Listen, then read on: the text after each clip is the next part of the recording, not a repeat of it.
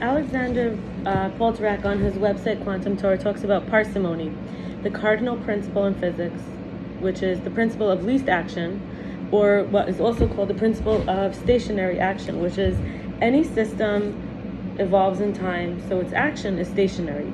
In other words, a physical quantity closely related to energy. Action. Okay, let's unpack that. The principle of stationary action is that any system evolves in time so that its action, which is a physical quantity closely related to energy, its action is stationary. In other words, the system always chooses a path so that its actions remain at rest. In other words, stationary, as if being at rest is the ultimate goal of the physical system. You might think of this as sort of gravitating, evolving toward rest. Pierre-Louis Maupertuis said, nature is thrifty in all its actions. It doesn't want to waste energy. Pierre de Fermat said, light travels in between two given points along the path of the shortest time. This is the law. This is a quote. The laws of movement and of rest deduced from this principle being precisely the same as these observed in nature, we can admire the application of it to all phenomena. The movement of animals, the vegetative growth of plants, are only its consequences, and all the spectacle of the universe becomes so much grander, so much more beautiful, the worthier of its author when one knows a small number of laws, most widely established, suffice for all its movements. So we could think here the electromagnetic force that binds the atoms. The strong force is what binds the nucleus. I'm talking about energy here. The weak force is radioactive decay. This quote being from Chris Davis' idol theory that I shared. And then the gravitational force binds the solar system. It's like coming in. So the only one that's going out is weak force, which is radioactive decay. Things are coming apart. But look how much. The strong force binds the nucleus so that it's inside. The electromagnetic force binds the atoms to the nucleus, right? And then you have this gravitational force which binds the solar system. It's almost like the sun is the nucleus and everything comes in. Rabbi Shal Yudkevich talks about how each of the, speaking of the sun and the seasons, we're now in the summer. And the summer is related to Cancer, Leo, Virgo, and it's about Bina, which is understanding, water, and sharing emotions. Then, actually, because we talked here about how all the laws of nature show its author, which is Hashem, we say the Yud and Hey, Vav and Hey as the tetragrammaton name of Hashem. Each one actually matches a season. So you have the Yud being spring, which is Aries, Taurus, and Gemini. Chachma, before you get Bina, you have Chachma, you have the intelligence, the wisdom. Not just the wisdom, the insights. It's about fire and energy and creativity. Then you have summer, I just mentioned.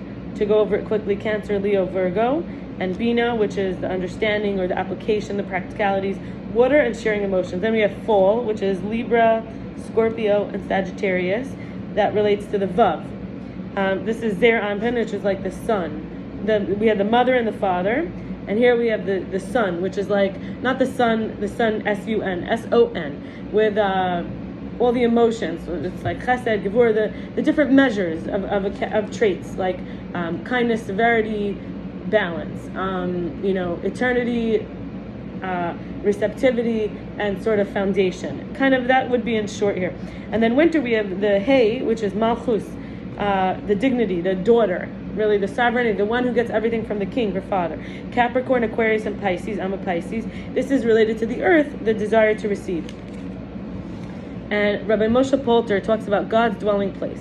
The tabernacle, which is the Mishkan, was erected in 2449, 2448, in the Midbar, the desert.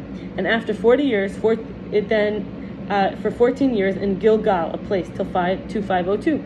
Then 369 years in Shiloh, till 2871. Then 13 years in Nov, until 2884. Then 44 years in Gibeon, till 2928. That's a total of 480 years. Then we had the first Beis HaMikdash, the first holy temple, built by Solomon, son of David, from 2928 till 3338, and after 410 years was the Babylonian exile for 70 years till 3408. Then the second Beis HaMikdash was built. It stood for 420 years from 3408 to 3828. You notice these years are not matching to 2024. It's not after Common Era. It's not after, a man's lifetime. This is actually the Hebrew years from the beginning. However, these are Hebrew years from the beginning of mankind. There's a lot of interpretations on when the earth or the world was actually created. And I want to talk about something from the Lubavitcher Rebbe. The Lubavitcher Rebbe, the seventh Lubavitcher Rebbe, the seventh Chabad Rebbe, he was, today's his 30th anniversary of death. He spoke about a lot of things. He had the books called Dvar Malchus. This was in the year I was born, 5751. Actually, I think this is from that year, but most of these materials put in the book called Dvar Malchus, the things about kings, the things about royalty, were from the end of his life. He died in 1994. Some will say he lives on forever. He didn't actually die, and in many ways that's true.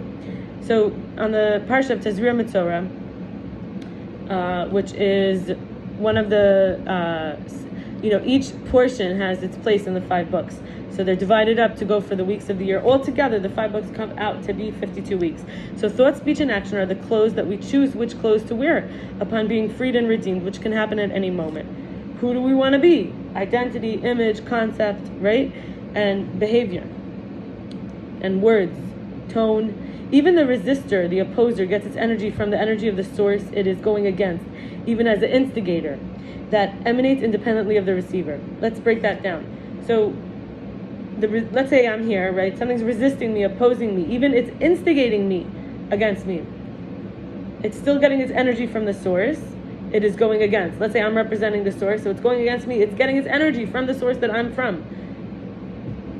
And this source emanates independently of who's receiving it. So everybody receives this energy from the source, even the one who instigates or opposes. So we recognize that's where they're getting the energy from.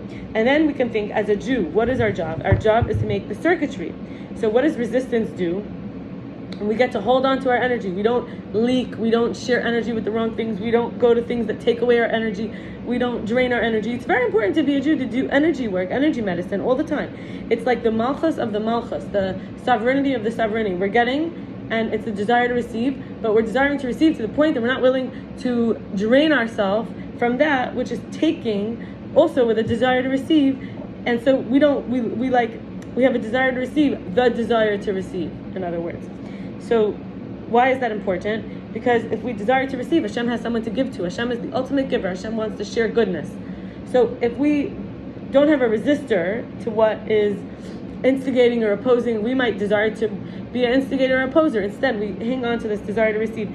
So one thing about the tabernacle is that in the Mishkan, Hashem miraculously curled the edges. So let's say you have a square box, right? Let's say this is representing the Mishkan, right? You have a square box. And so let's say it's flat like this. I'm showing you, we're cutting the Mishkan. The Mishkan is a box. What do I have that's a box over here?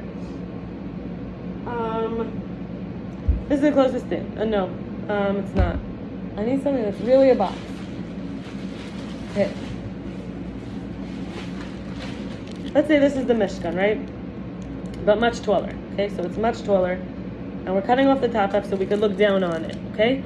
And so it's a square. Now, around the circumference of the Mishkan were these poles that it was one long rod versus the top and the bottom had one on each side with 4 rods, right? Versus this middle rod, if we look, it curved. Hashem actually curved the edges of the middle. And so that it was one throughout all the things. They had internal sockets. This is going all the way through.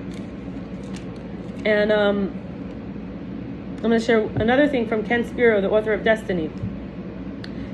This is a quote in the Indisputable Truth book. We see that if pleasure is the reward for the effort invested and the highest level of pleasure is a relationship with God, then it follows that this must be the hardest to obtain and maintain. And that this, of course, is when religion comes in. Religion has become a human perennial, not because people need a way of explaining the inexplicable, the unexplainable, but because it is the deepest and most profound desire of every human soul to connect to its creator. Alas, few want to work for it because it takes a lifetime of struggle. So now we go back and we say, what did the Rebbe say about even the resistor getting its energy, and what does a Jew to make a circuit? So as we make the circuit, I'm saying making a circuit in my own words. The Rebbe didn't say those words, but I'm saying it's this ability to this resisting me.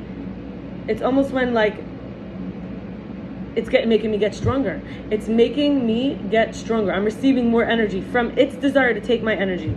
So in other words, we don't bond with something else. We stay bonding with the Creator. We become more capable of resisting that which wants to bond with us. So we bond with it instead of the Creator. And the last topic I want to share today is purity. So Parsha Shemini is before a food can become contaminated, it has to have been prepared or moistened by water, dew, wine, oil, blood, milk, bees, honey. This is from Machshirim 6:4. Then we have food must be detached from the soil, so that, I guess you could read more about it. I'm not even sure what source that is. I forget now. Anyway, food must be detached from the soil to be considered permissible. The primary source of the contamination affects the vessel, which is first degree, which then affects the other contents, which is second degree. And then in Parshas Tazria, if a woman births a boy, she's contaminated 7 days. Then on the 8th day, the flesh of the foreskin shall be circumcised, and then she's 33 days unable to touch anything sacred or go into the sanctuary, and 66 days and 2 weeks for a girl birth. It's double of each. So 2 weeks after a girl's birth, and 66 days where she can't touch anything sacred or go in the sanctuary. And then Mitzorah, we have this last part, which is for one who is healed from tsaras. It's not really leprosy. It's like, that's what it's commonly translated as. It's more of a spiritual disease. It could be on the house, on the garments, on the vessels, but it's actually something that comes up on the skin as a way of showing the person that they have healing to do, and it is, you work through it with a priest. You need two, and then once you're like healed from it, you need 2 live clean birds, cedarwood, hyssop, and crimson thread taken. 1 bird is slaughtered into earthenware vessel over spring water, and the live bird and other items are dipped into the blood and 7 times sprinkled on the person being purified, and then the live bird is freed into the open field. So it's very much like a ritual. It's not exactly like you go to the doctor and ask for medicine, but this is the medicine. Once you're healed, this is the purification. The person immerses his clothing in himself and shaves off all his hair. He can then enter the camp but dwells outside his tent for 7 days, and then he shaves off all his hair, his head, his beard, his eyebrows again, and immerses himself and his clothes in water. On the 8th day, he takes the animals for sacrifices and a blood ritual, an oil ritual. If he's poor, there's other affordable options like birds and wheat and grain. So I'm going to stop here and wish you a blessed day and a meaningful day, a connected day. Stay cool, stay comfortable, and let's create our circuitry from a place of love and pleasure and desire.